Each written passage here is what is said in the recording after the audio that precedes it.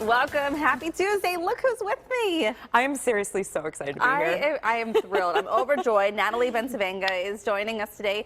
David is off all week, as we told you yesterday. Selena was with us yesterday morning, and Natalie is joining us today. Thank you for having me. I am so excited. We love Natalie because she joins us often as a regular PTL guest. You know her from her scene column, from her advice column. You always are doing so much, and of course on PTL quite a bit too. But I wanted to ask you some stuff just to kind of get to know you on a personal level. Oh, okay. So our viewers can know you, because you're always giving the advice. So I'm curious, how did you get into giving advice? Well, you know, what's really interesting about the advice column is a lot of people ask me that, oh, you're just the scene girl. What business do you have giving advice? Right, because you go to a lot of events. Yeah, and I'm young, you know, for an advice columnist. Right.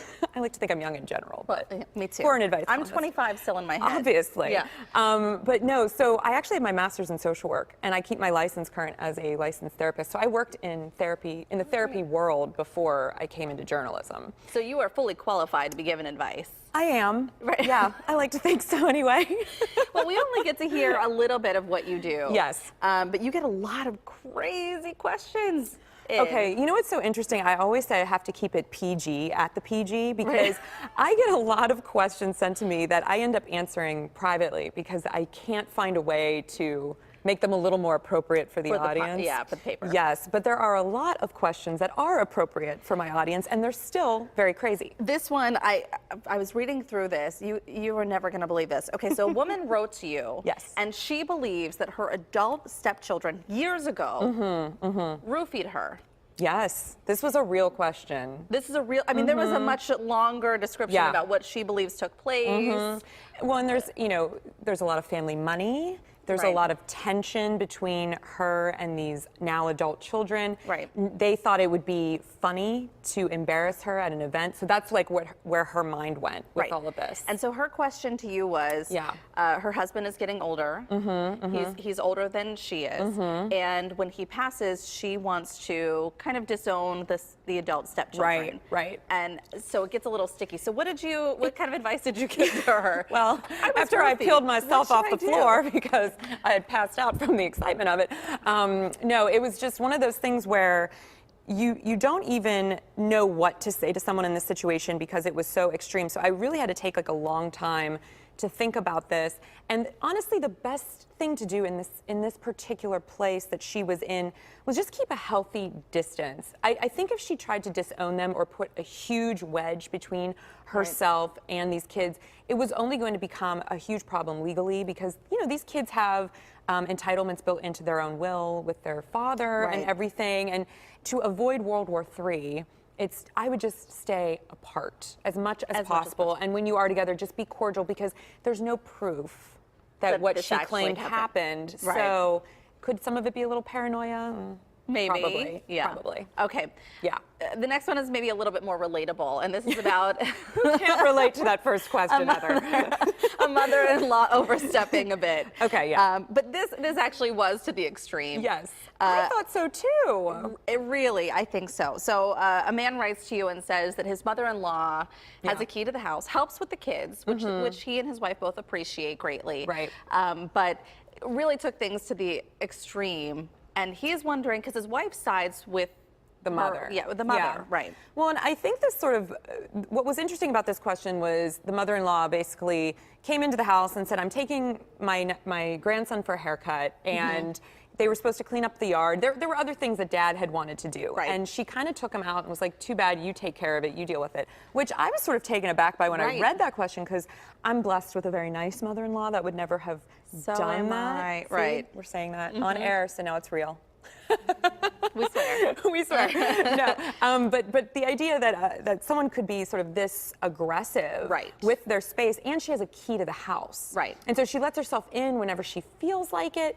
Like, all of this is completely unhealthy. In technical terms, they would call this like an enmeshed relationship, where they're too intertwined with your lives. Well, and you have to back up your husband. That's what, okay, so that was my whole thing. You do. Because usually you would let the wife then handle that and say, hey, you need to talk to your mom about giving us some space, and there needs to be boundaries. Right. But if she's siding with the mother-in-law, then what do you do? Yeah, and I really made it clear that he needs to set up a meeting with him, his wife, first, discuss how they're going to approach this as a united front, right, and then talk to the mother-in-law. Okay, so I'm sure that went over well.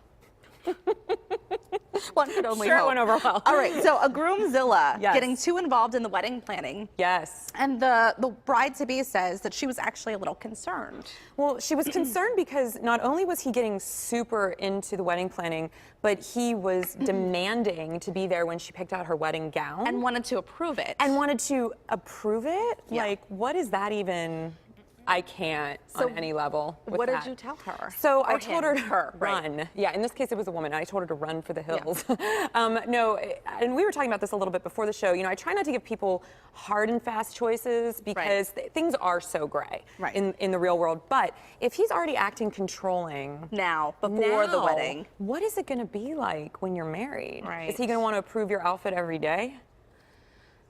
I don't think so. Run for the hills. Run for the hills. Listen to Natalie. Okay. Also, I love this. A newly cohabitating couple. Yeah. The person that wrote to you, I don't know if it's a male or a female. It was a woman. A woman. Okay. So she writes to you and she says, my partner is a mess. Yeah. And I feel like I'm a parent. Yeah. And I laughed at this because I thought, you know, it's not the first year of marriage that's hard. I think it's the living together. I agree. That's hard. You're trying to figure out each other's habits, but I do think women take on a lot more emotional labor in relationships and try to make everybody feel comfortable and happy and okay. Right. And at the same time, you know, women are often becoming house managers where I love that. That's what I call myself. That is not a good thing, Heather. Oh. We need to talk about this. Okay. That means you're parceling out tasks like wow. he's helping you. He needs to be your partner. Do we need to have him on the show and have like a little intervention? We do. But I didn't know I would be getting advice today. Okay. It's just part of my charm. Unsolicited advice for everyone.